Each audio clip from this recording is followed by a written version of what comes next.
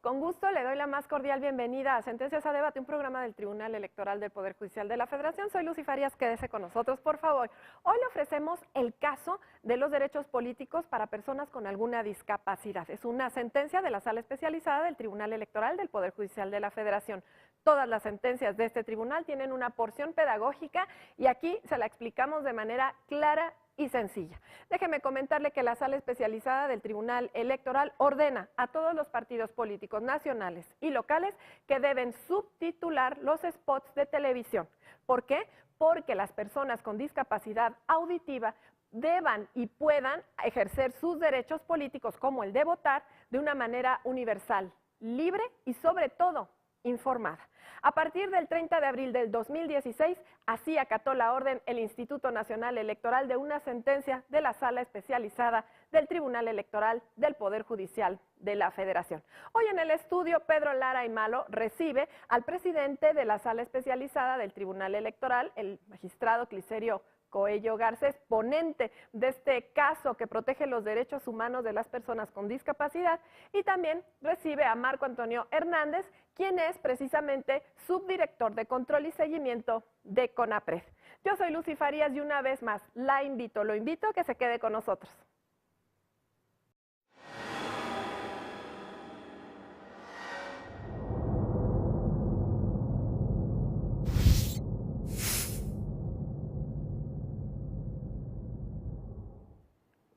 Como siempre, es un placer darles la bienvenida a su programa, Las Sentencias a Debate del Tribunal Electoral del Poder Judicial de la Federación.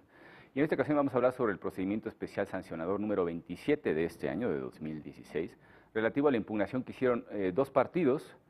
Bueno, en realidad fue una queja, sustancialmente fue una queja, por la promoción, decían, el uso indebido de la pauta en un promocional.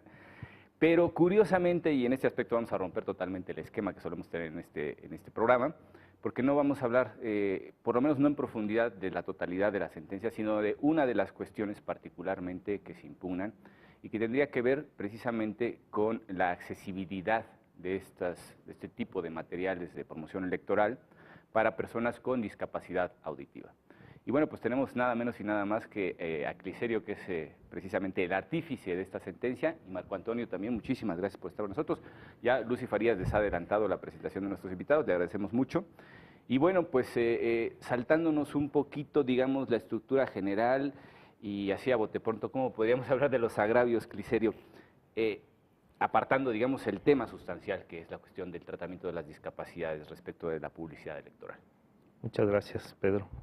Es un gusto, como siempre, participar en este programa de Sentencias a Debate, donde se analizan algunos criterios relevantes que va emitiendo el Tribunal Electoral. Marco Antonio, es un gusto coincidir contigo en este programa de televisión.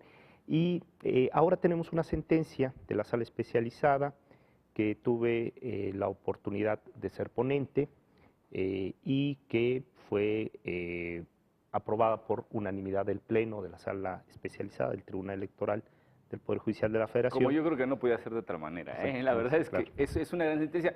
Yo les invito a que se acerquen, sobre todo, digo, hay varios temas metidos, hay una cuestión, planteamiento de calumnia, actos anticipados de campaña, en fin, pero sustancialmente quienes quieran entrar al tema, que además es una sentencia con un tratamiento absolutamente novedoso. Sí, totalmente. Porque, bueno, platicábamos hace un momento fuera de cámara, decíamos, parece mentira que con la cantidad de gentes que sufren, por ejemplo, este problema de discapacidad auditiva, pues en México tenemos muy buenas leyes, pero las prácticas siguen siendo deficientes, ¿no? Entonces yo creo que es una gran sentencia. Claro, y nos invita a reflexionar sobre cuál es el papel de la función jurisdiccional electoral frente a determinados grupos en condiciones de vulnerabilidad. Es decir, cuál es el papel de los tribunales en un Estado democrático donde aún algunos sectores de la población están relegados de la toma de las decisiones de los asuntos públicos. Desde esa perspectiva, es verdad que gran parte de las acciones afirmativas dependen de la técnica legislativa y dependen de la posibilidad de que se habiliten en las normas algunas acciones positivas a efecto de generar las mejores condiciones posibles para el ejercicio de los derechos. Pero eso no es suficiente, sino también se necesita desde la parte jurisdiccional una visión para juzgar con perspectiva de garantizar los derechos de grupos en condiciones de vulnerabilidad. Y estamos precisamente en un caso de esta naturaleza, en donde personas con alguna discapacidad requieren de tener información política electoral para poder diferenciar las alternativas políticas y el día de la elección poder sufragar de manera libre, en secrecía, bajo su propia convicción por el candidato o la alternativa política que considere. Informado, es un voto informado. Un voto informado. Es decir, esa es la esencia principal de esta sentencia, pero que nos invita a hacer esta reflexión que yo hacía inicialmente, que cuál es la función de los jueces para generar mejores condiciones de igualdad en la sociedad. Y a veces tenemos la oportunidad de hacer estos planteamientos. En ocasiones a mí se me pregunta, tengo la oportunidad de presidir la sala especializada, que principalmente tiene por objeto resolver procedimientos sancionadores en materia electoral para preservar la equidad durante la contienda. En la sala se ven temas de libertad de expresión, la sala tiene toda una línea jurisprudencial de privilegiar las expresiones y la manifestación de las ideas para enriquecer el debate político durante los procesos electorales, pero también a través de lo que marca la legislación electoral, preservar, es decir, que estas expresiones no se extralimiten y preservar el principio de equidad que debe regir todos los procesos electorales. Y a mí se me pregunta en ocasiones si en un procedimiento especial sancionador también pueden tutelarse derechos fundamentales. Y desde luego que sí, el artículo primero no solo se pueden, es una obligación. Es una obligación de todas las autoridades y sobre todo de los jueces, frente a todos los casos, no obstante que sea un caso que debe verse desde la perspectiva del derecho punitivo, para advertir si un candidato, un partido político, una persona o un concesionario de radio y televisión se extralimitó en el ejercicio de sus funciones, o si se reúnen los elementos del tipo infractor, o si se actualiza la infracción para imponer una sanción. Más allá de ello, también tenemos que preservar una serie de derechos. Y en el procedimiento especial sancionador debe preservarse todos los derechos del debido proceso legal, el derecho a la defensa, la tutela judicial efectiva, el acceso a la justicia, el principio de legalidad, el derecho a probar, es decir, desde esa perspectiva. Pero además existen otros derechos importantes que son trascendentales para el sistema democrático. Y en esta sentencia tenemos uno de estos derechos, es decir, el derecho al acceso a la información política, que está en los spots de los partidos políticos, para que las personas con alguna discapacidad tengan acceso a la información de manera plural y puedan discernir el sentido de su voto. Sobre esto creo que vale la pena hacer énfasis, porque precisamente una de las cuestiones que me pareció genial de la sentencia es esa forma de concatenar los derechos que hablábamos hace un momento fuera de cámaras. Y esto conduce a situaciones insospechadas, ¿no, Marco Antonio? Porque creo yo que, no sé desde tu perspectiva, ¿cómo vieron esto que viene del ámbito político electoral, de una, pues una actividad de impartición de justicia dentro de una materia muy especializada? Y bueno, pues estamos viendo que la incidencia va hasta lugares insospechados. Sí, a nosotros nos sorprendió y gratamente el haber primero recibido esta invitación, que les agradecemos. No, al contrario, al contrario. Y cuando la empezamos a revisar, pues decíamos, no es un tema en el que tengamos nosotros que participar, ¿no? Pero el encontrar esta parte donde se hace a través de estas acciones tuitivas de tuteladoras de derechos, sí, de intereses difusos, la manera en cómo lo presentaron, pues le dio oportunidad a visibilizar este derecho que estaba por debajo de lo que representaba la queja, ¿no? El fondo de la queja terminó no siendo el que estaban reclamando, sino un derecho que desafortunadamente no pasa solo en este caso, ¿no? Claro. Si empezamos a revisar las actividades en las que debería participar una persona con discapacidad, pues incluye cualquier ámbito, ¿no? El ámbito en el que se desarrolla cualquier persona, y desafortunadamente en cada uno de estos ámbitos encontramos que estos derechos son vulnerados, ¿sí? O peor aún, ignorados en el sentido más amplio, ¿no? Sí, son... Bien lo decía Cliserio hace un momento, decía, bueno, pues es que ni siquiera fue una cuestión que se atendiera en el ámbito administrativo. Así De pronto es. llega y pues era una cuestión que ni siquiera habían entrado Sí. a tratar en fondo, ¿no? Digo, la cuestión de la situación de los discapacitados en nuestro país hace ver una realidad que es apabullante, y es el hecho de que tenemos una normativa muy favorecedora, tenemos compromisos internacionales, tenemos un plan, en este caso es trienal, si no me equivoco, 2015-2018, ya es la segunda vez que se hace este plan precisamente de inclusión de las personas con discapacidades a nivel federal, pero parece no ser suficiente, porque al final de cuentas, bueno, la ley hay que ponerla en la práctica, ¿no? Hay que aterrizarla y hacer efectivo el goce de los derechos que al final de cuentas tutela. Sí, así es. Tenemos la Convención sobre los Derechos de las Personas con Discapacidad, que creo que fue un eje Exacto. toral en la decisión de la sentencia. Y esta convención tiene una característica muy particular, que es el primer tratado de derechos humanos que genera Naciones Unidas.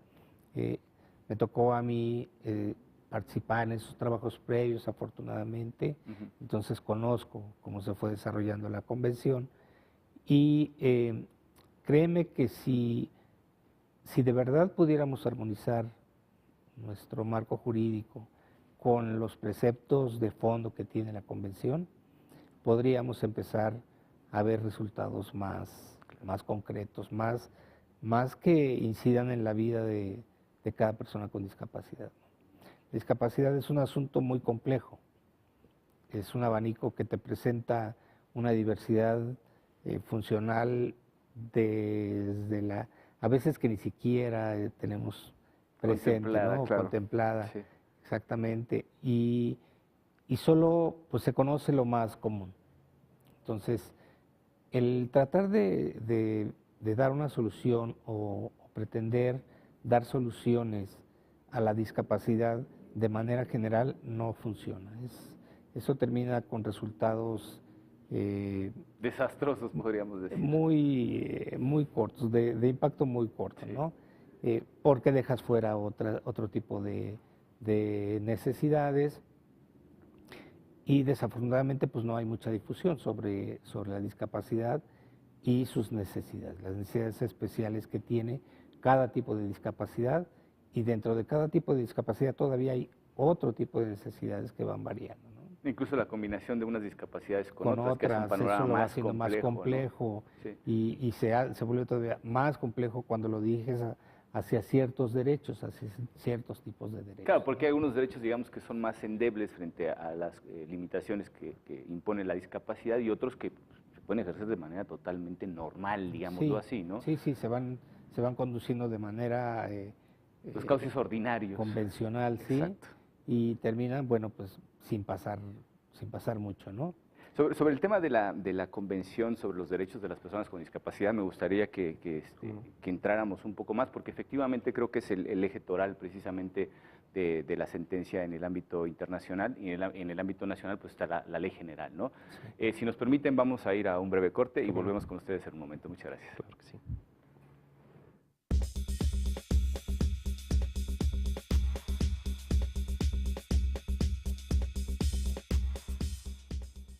Pues ya de regreso con ustedes en nuestro segundo segmento, y bueno, el tiempo apremia. Decíamos una cuestión que era importantísima, era, digamos, el eje referencial en cuanto a normativa internacional. Claro. Tenemos la Convención sobre los Derechos de las Personas con Discapacidad, y hace un desglose la sentencia, me parece muy fino, respecto de cuáles son las cuestiones que podríamos tener de aplicabilidad directa, ¿Cómo no? ¿no? Y cómo al final de cuentas, pues, lo que decía un poco Marco Antonio, ¿no? Cómo al final las autoridades aterrizan ese marco normativo para que tenga efectos reales, ¿no? Palpables, prácticos en la vida cotidiana de las personas que sufren alguna discapacidad. ¿Nos puedes contar un poquito cómo fue, digamos, el proceso orientador, en este caso, ¿Cómo de no? este instrumento internacional? Claro que sí. Bueno, en primer lugar habría que contextualizar un poco el caso.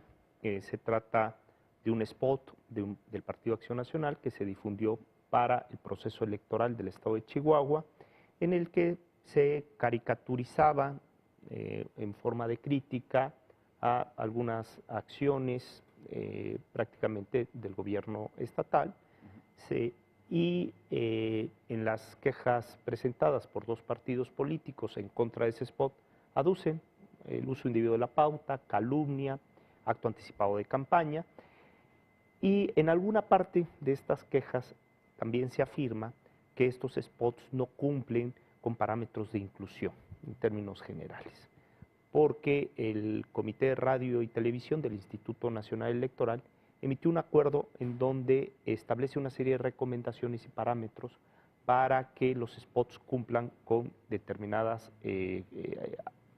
características técnicas. La entrega de materiales. La entrega de materiales, decir, ¿no? Sí. que son los promocionales que vemos normalmente en la televisión y que escuchamos en la radio, del ámbito político electoral, principalmente de los partidos políticos. De tal manera que se admitió esta denuncia por este cúmulo de ilícitos, con la precisión de que las denuncias se presentan ante el Instituto Nacional Electoral, tratándose de cuestiones de radio y televisión ante la Unidad Técnica de lo Contencioso Electoral del INE, y se remite a la Sala Especializada del Tribunal Electoral para su resolución. Cuando llega este expediente a la Sala Especializada, en el proceso de turno, es un expediente que le toca a la ponencia a mi cargo, y empezamos a analizar cuáles eran todos los elementos de esta denuncia, y advertimos que había ahí un planteamiento genérico sobre la imposibilidad de que las personas con alguna discapacidad tengan acceso de manera plena a la información que se difunde en los promocionales de los partidos políticos, por carecer en concreto de subtítulos. De tal manera que a partir de este planteamiento, en el estudio de fondo de la sentencia, se analiza todo el marco convencional y el marco legal sobre los derechos de las personas con alguna discapacidad, para concretarlo específicamente al acceso a la información política de las personas con alguna discapacidad, principalmente auditiva o visual. Los spots de los partidos políticos se difunden en tiempos del Estado, en radio y televisión, se les otorga en calidad de prerrogativas tiempos del Estado, y desde esa perspectiva en la sentencia se razona que los partidos políticos, como entidades de interés público que tienen por objeto promover en la ciudadanía los valores democráticos y también hacer posible el acceso de la ciudadanía a los órganos de representación política, también están conminados a cumplir y a respetar las convenciones y las normas que protegen y tutelan derechos humanos. Esto me gustaría incidir de manera particular, porque muchas veces pensando en ese antiguo esquema en el que no sabíamos los partidos políticos si quedaban en el ámbito privado o en el ámbito público, creo que es importante para el público saber que pues, no están ni en uno ni en el otro, pero tienen obligaciones de uno y obligaciones de otro. Y entre las obligaciones públicas, precisamente, la potenciación de todos los derechos, ¿no? Sí, había anteriormente dos visiones, quienes entendían estas relaciones de los ciudadanos con los partidos políticos como relaciones entre particulares, y ahí podríamos abordar toda esta línea que se ha edificado sobre la discriminación entre particulares, ¿tal?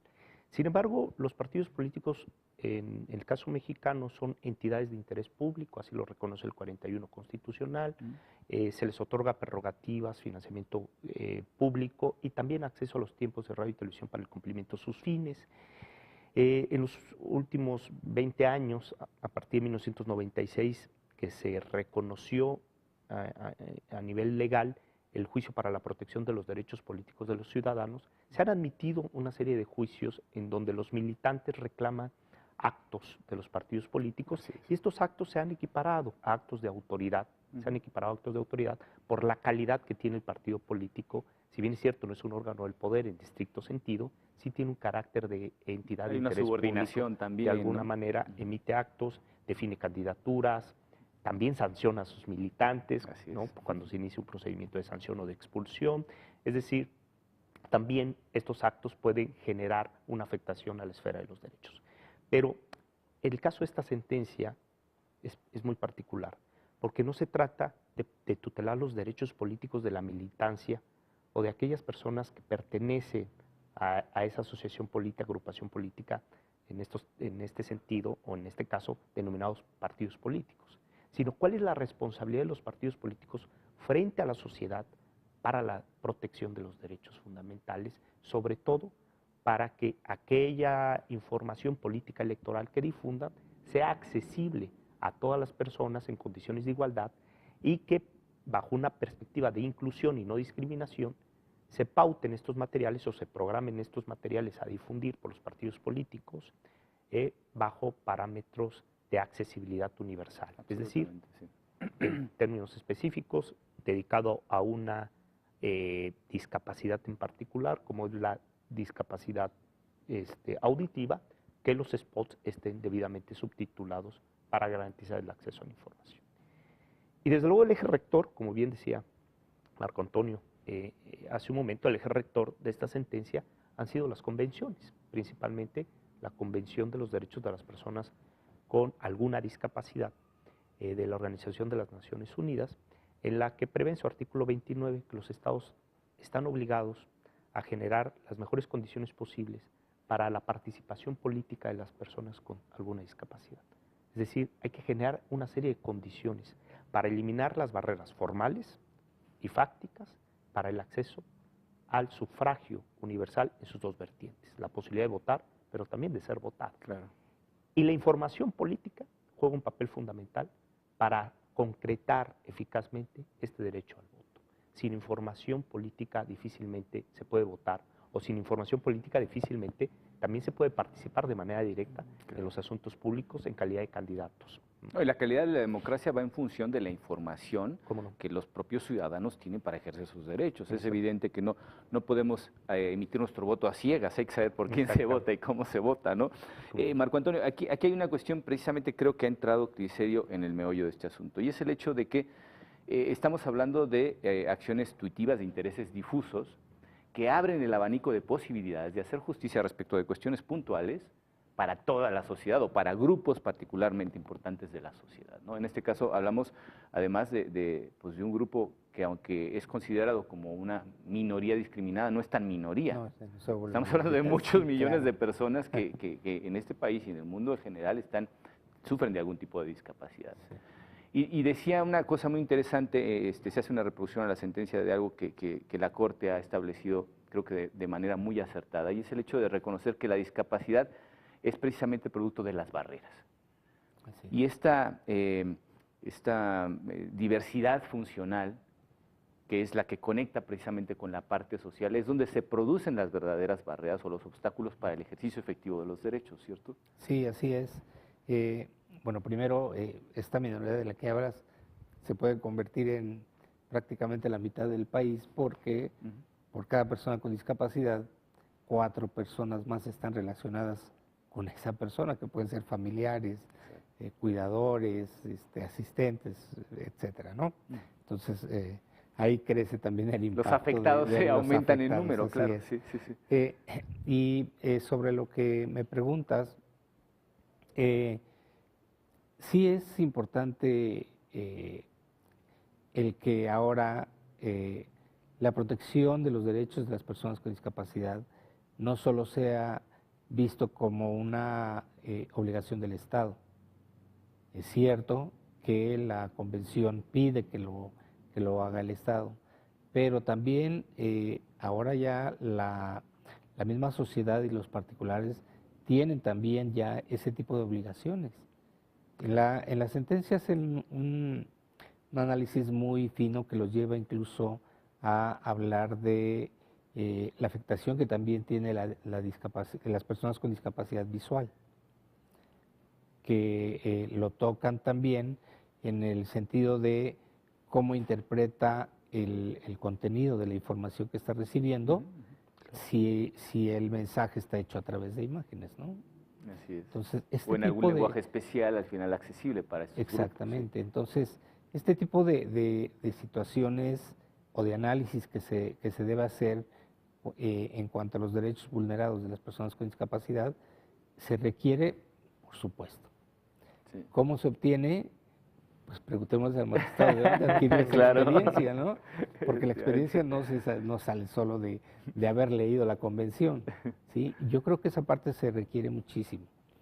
que a quienes nos toca o les toque el poder proteger y respetar estos derechos, conozca lo que hay detrás, conozca todo este fondo que hay sobre por qué se generó la convención, por qué se establecieron todos estos artículos que van protegiendo cada uno de los derechos que tenemos las personas con discapacidad. Yo recuerdo mucho cuando inicié como activista de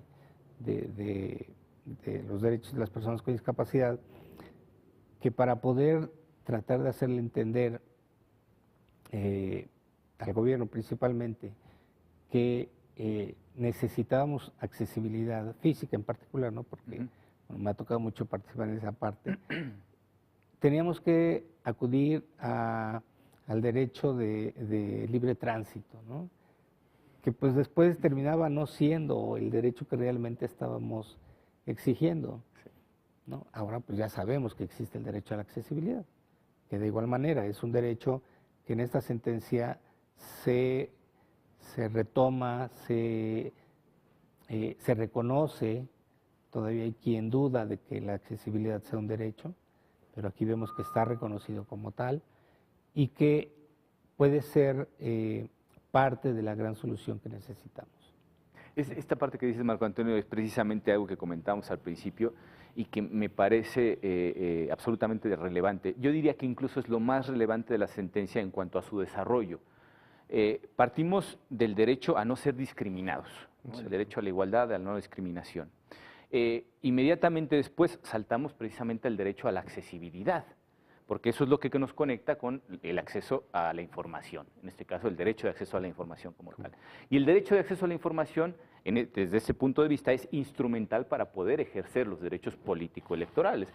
Entonces vemos no solamente la sistematicidad de los propios derechos humanos y cómo pues tienen una relación inquebrantable unos con otros, dependen unos de otros, y la realización efectiva de todo el conjunto es precisamente lo que dignifica al ser humano, la base precisamente de los derechos humanos.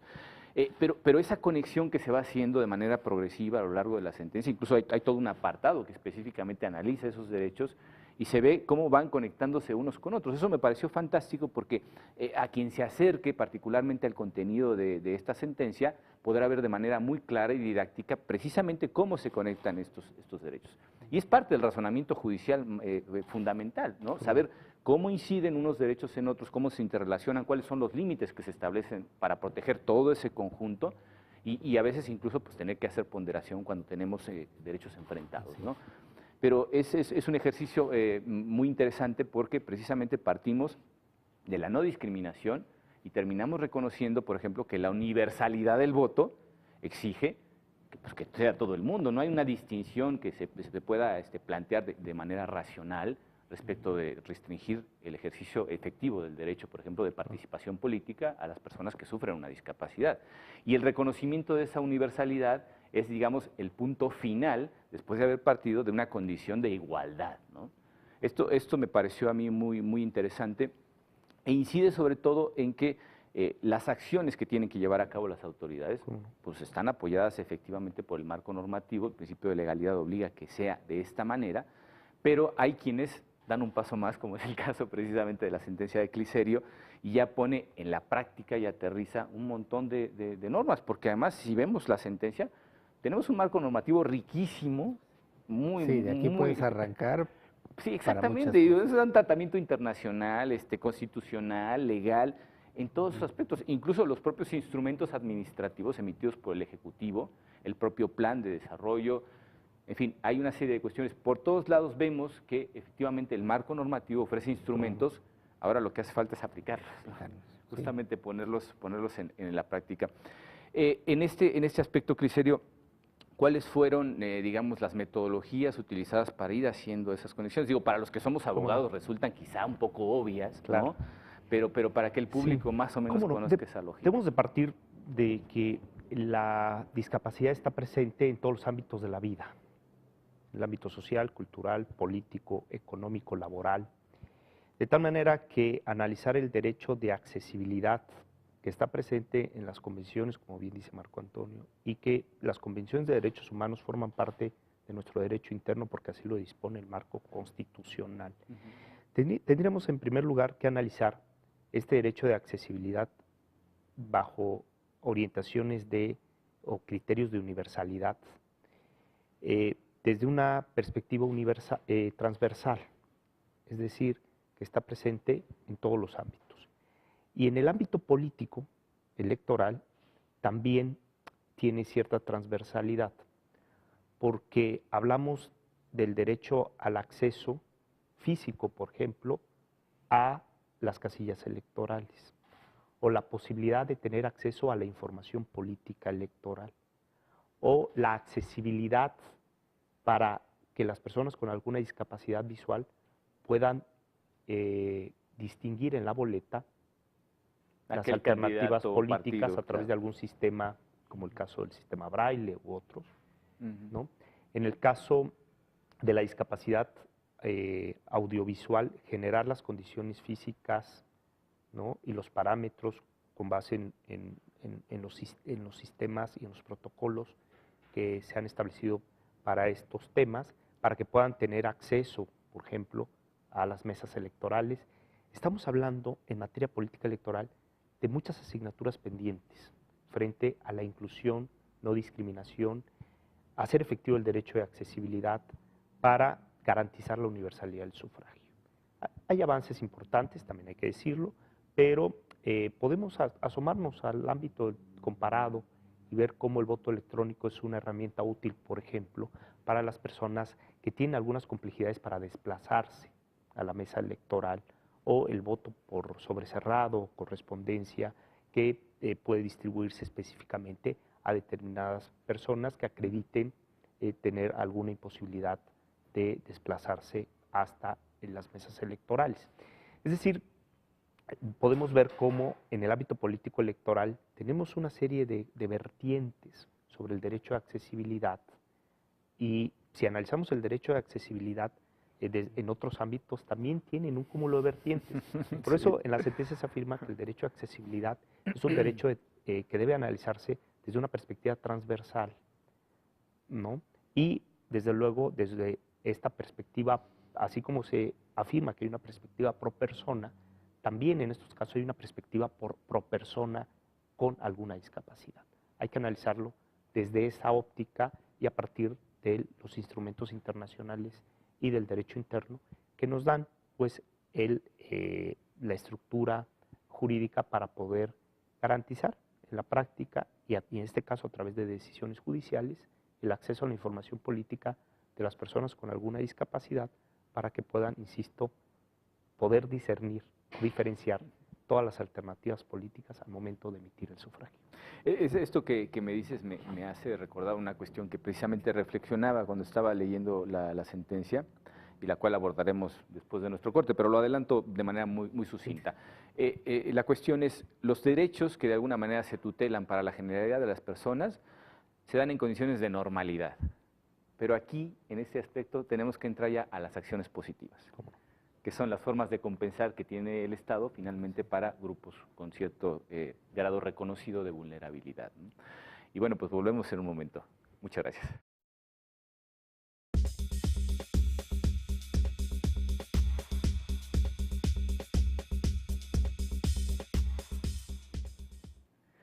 Bueno, pues ya estamos en nuestra recta final, en el tercer segmento de Sentencias a Debate, y adelantamos una cosa que era fundamental entender, que es cuando la ley, digamos, no alcanza de manera explícita a cubrir determinados supuestos y por tanto pues a garantizar de manera efectiva el goce de determinados derechos, entran esas compensaciones que son pues las acciones afirmativas o acciones positivas en general, que tienen la función de compensar lo que precisamente es un desequilibrio en la aplicación de la normativa, y sabiendo que tenemos tanto en la Constitución como en instrumentos internacionales una serie de parámetros a cumplir, pues lo que se hace es, se vuelve a los principios, como podríamos decirlo, de tal forma que el objetivo final, se buscan los instrumentos que precisamente nos permite el marco legal para hacer efectivo su cumplimiento, ¿no?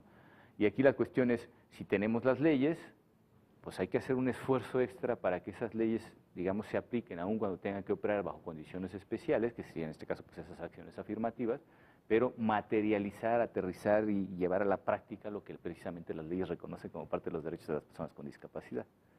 Sí, las normativas todavía tienen un pendiente, y es que no alcanzan a estar totalmente armonizadas con la Convención. Sí, las aspiraciones de la Convención todavía están muy por encima de ellas, y hacia abajo también su aplicación sigue siendo también todavía deficiente, digamos, muy así. deficiente, ¿no? Un ejemplo, te voy a poner un ejemplo muy claro, las cuestiones de accesibilidad física se siguen haciendo, se siguen retomando, muchas veces hasta de buena voluntad se realizan, pero no bajo las especificaciones técnicas con las que se requiere. Entonces se realiza la acción, queda la acción afirmativa ya cubierta, pero mal hecha, ¿no? Entonces tenemos todo el marco jurídico necesario, la ley que te ayuda a promover estas acciones, pero ya en el último eslabón es donde la cadena ya se rompe, ¿no? Claro. Ahí tendríamos que ir, yo creo que precisamente a las especificidades.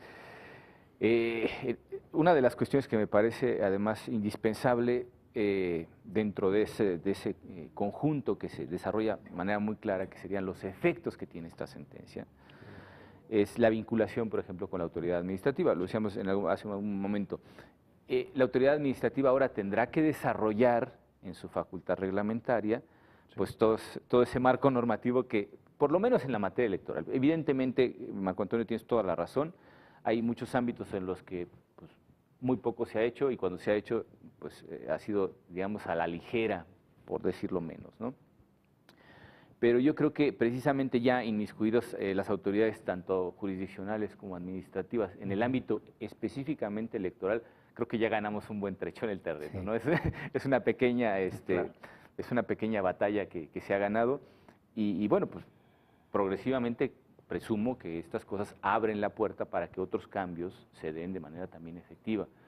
Y yo siempre he dicho, lo he repetido infinidad de veces, seguramente ustedes ya están cansados de escucharlo de mi voz, pero los derechos político-electorales abren la puerta a muchos otros derechos. ¿Cómo? Porque es finalmente la manera de intervenir en los asuntos públicos. Y si queremos que algo cambie, pues tendrá que ser a través precisamente de la participación cívico-política. Hay otras vías, pero no son vías que consideremos como legítimas al final de cuentas, y esperemos nunca tener que recurrir a ellas, ¿no? Hay quien habla de transformaciones radicales, ¿no? Yo creo que el derecho alcanza para eso y mucho más. La cuestión aquí fundamentalmente es, al vincular a las autoridades administrativas, creo que estamos tratando también de extender aquello que se ordena en la sentencia para llevarlo a la práctica de la mejor manera posible. Exacto. Sí, cuando en sede judicial se advierte una vulneración a los derechos humanos, el marco convencional y constitucional nos obliga a tener que generar mecanismos de reparación del daño. En el caso se advirtió que había una vulneración a los derechos de acceso a la información política y, por lo tanto, del ejercicio libre, universal del sufragio de las personas con alguna discapacidad, y por lo tanto lo procedente era generar mecanismos de reparación, estableciendo algunos parámetros a efecto de que se pudiese garantizar el acceso a la información política electoral de las personas con alguna discapacidad, específicamente auditiva o visual. Y se estableció que los promocionales de los partidos políticos deben de ser congruentes, la voz, el audio, que sea entendible, de fácil acceso, que se utilice un lenguaje accesible para que pueda ser entendido por todas las personas, pero también por las personas que tienen alguna debilidad visual y que ocasionalmente puedan estar escuchando estos promocionales. También el efecto de los promocionales en la radio, que son 100% auditivos, y para garantizar el acceso a la información de las personas con discapacidad auditiva, se estableció que se subtitularan estos promocionales, pero que el subtítulo sea congruente con el audio, a efecto de que se genere de manera integral la información, es decir, la información completa e integral de los promocionales. Y como medida reparadora y también bajo la garantía de no repetición, que ha avanzado mucho la Corte Interamericana de los Derechos Humanos sobre la reparación del daño y generar mecanismos para que no se repita la misma vulneración, ¿no?, por parte de las entidades públicas, en este caso de las entidades de interés público como son los partidos políticos. De tal manera que, no obstante que la litis estaba centrada en 2 partidos denunciantes y un partido denunciado, se determinó que la sentencia debía notificarse a todos los partidos políticos, a los candidatos independientes, a los partidos políticos nacionales y a los partidos políticos estatales, a las autoridades electorales de las entidades federativas, sobre todo aquellas que en la actualidad tienen proceso electoral, y a la autoridad electoral nacional, vinculándose a la autoridad electoral nacional para que a partir de un plazo razonable todos los partidos políticos, no solamente los que fueron materia de la denuncia, sino todos los partidos políticos, como un mecanismo de reparación del daño y de no repetición, es decir, que no tuviésemos el mismo caso de violación de derechos a partir de promocionales de otros partidos políticos, ¿sí?, para hacer efectiva la garantía de no repetición, se ordenó que a todos los partidos políticos debían, a partir de un plazo razonable, subtitular todos sus promocionales en televisión y hacer congruentes estos subtítulos con el audio, y además que toda la propaganda política electoral esté diseñada para que se garantice la accesibilidad de las propuestas políticas de los candidatos, máxime que en el 2016, como todos sabemos, se renovarán diversos cargos en las entidades federativas y es importante que se garantice el acceso a la información. Yo creo que esto esencialmente lo vamos a ver ya aplicado para todos en las elecciones de 2018. Sí, esperemos que sigamos avanzando, no solo en el ámbito normativo, sino también en el ámbito jurisdiccional, porque las acciones positivas se pueden generar en el ámbito legislativo, pero también en el ámbito jurisdiccional. El juez cuando tiene un caso de posible violación de derechos debe advertirlo, debe generar las mejores condiciones posibles, sobre todo cuando se trata en el ámbito de la jurisdicción electoral de la necesidad de salvaguardar la universalidad del sufragio y de hacer accesible bajo estos parámetros a determinados grupos vulnerables a la toma de las decisiones públicas, como es el caso de esta sentencia en el que se ha privilegiado el acceso a la información de las personas con alguna discapacidad para el ejercicio universal del sufragio. O como la sentencia que sacaron ayer, precisamente, ¿no? Protección Sí, a los menores. A los menores. Que eso es una cuestión Sí, fundamental. también la sala especializada ha caminado en ese sentido. Hay que decirlo, que la sala especializada emite sentencias en las que salvaguarda derechos, principalmente la libertad de expresión. Tenemos toda una línea jurisprudencial sobre la libertad de expresión, la libertad de contenidos, sobre la permisibilidad de la crítica, sobre todo sobre hechos noticiosos, a efecto de que la ciudadanía cuente con todos los elementos para poder emitir el sufragio. Es decir, hemos ahondado en esta línea jurisprudencial de la libertad de expresión, pero también hemos salvaguardado los derechos de determinadas minorías o grupos en condiciones de vulnerabilidad. Se han emitido sentencias, por ejemplo, en la que se determina que algunos spots políticos contienen violencia de género.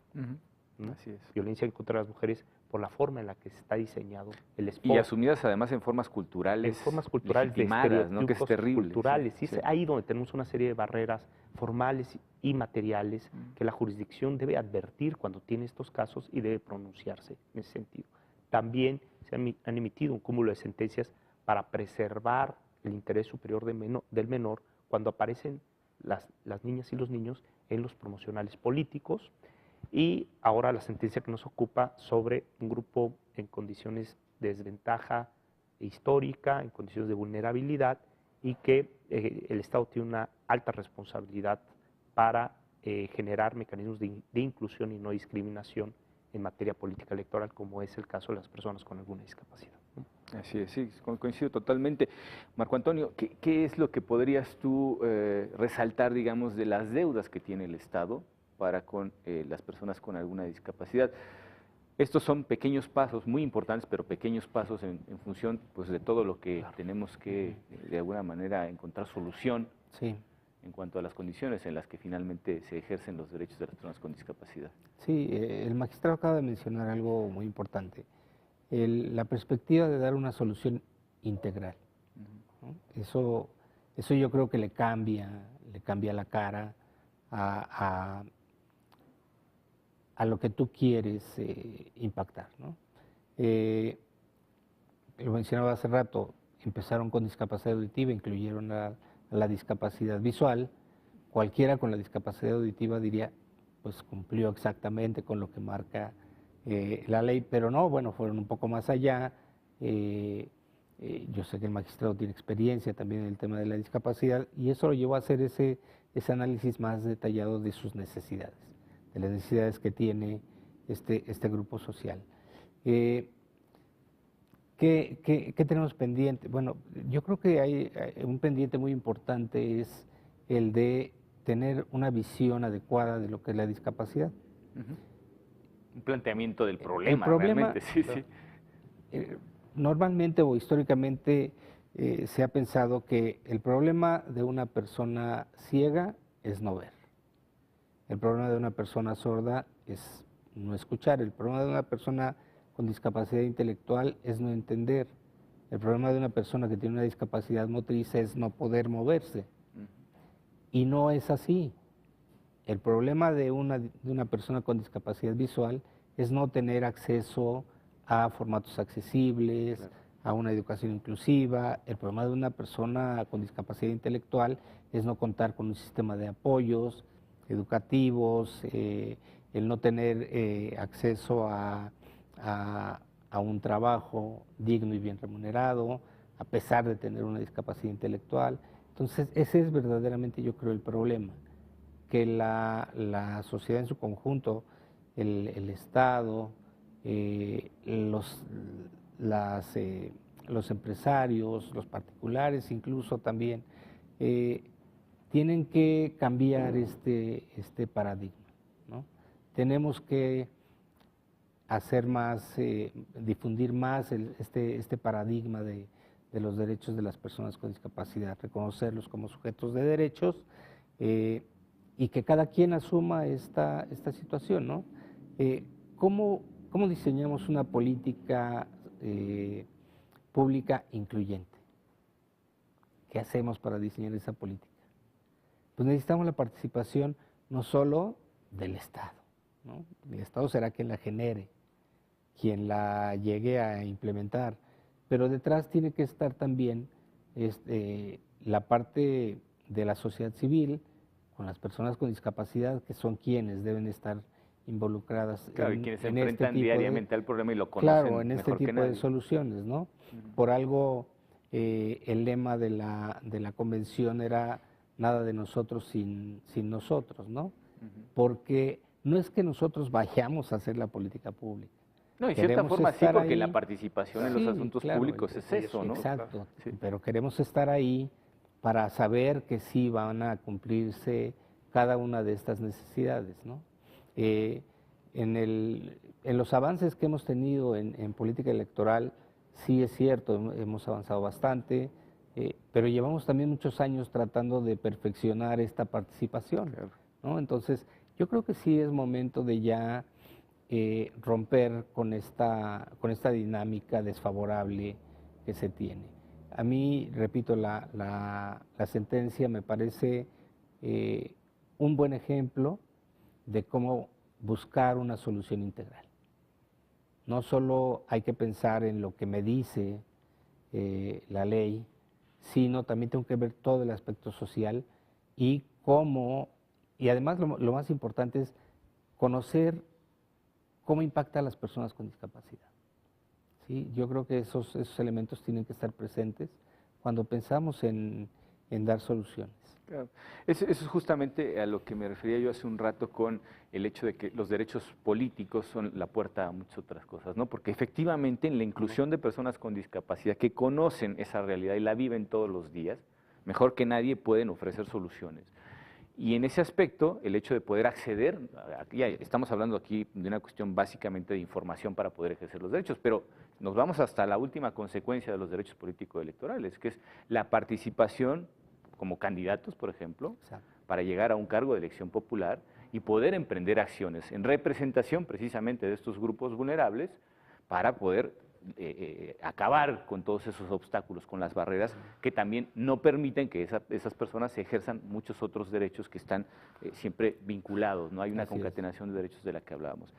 Y la cuestión es que estas sentencias, siempre decimos que abrimos brecha a golpe de sentencia, es una analogía, me parece muy gráfica, pero muy precisa en este aspecto, porque la resistencia natural, esa inercia que tiene la sociedad a seguir manteniendo sus prácticas, aunque sean en este caso discriminatorias o limitadoras de derechos, se rompen con este tipo de sentencias, ¿no? Son un parteaguas de alguna manera, y hay muchas consideraciones que, pues evidentemente por cuestiones de tiempo no hemos podido incluir en nuestra charla, pero que, como siempre, pues les invitamos. Procedimiento especial sancionador número 27 de este año, emitido por la Sala Regional Especializada de este tribunal. Es muy interesante, se hacen muchísimas consideraciones. Una de ellas, y ya al final de cuentas, digamos, para cerrar, es el reconocimiento de que esas barreras, al final de cuentas, las hemos impuesto nosotros como sociedad, claro, y que no son propiamente, la discapacidad no es el resultado, digamos, de esas diversidades funcionales, sino es la forma en la que se enfrentan precisamente a los obstáculos que la propia sociedad impone, ¿no? Entonces, enhorabuena, Cliserio. Muchas gracias. Felicitaciones por esta sentencia. Muchísimas gracias, Marco, por transmitirnos tu experiencia, tu conocimiento en el ámbito de esto, y al final de cuentas, pues mucha suerte para seguir abriendo precisamente esas puertas que hasta ahora pues han sido cerradas a ciertos grupos, particularmente las personas con discapacidad, y pues no nos queda más que seguir en la brecha, ¿no? Sí, así es lo único que realmente importa. Y bueno, pues les agradecemos a ustedes la amabilidad de brindarnos su compañía, y los esperamos en la próxima emisión de Sentencias a Debate. Muchísimas gracias. Muchas gracias.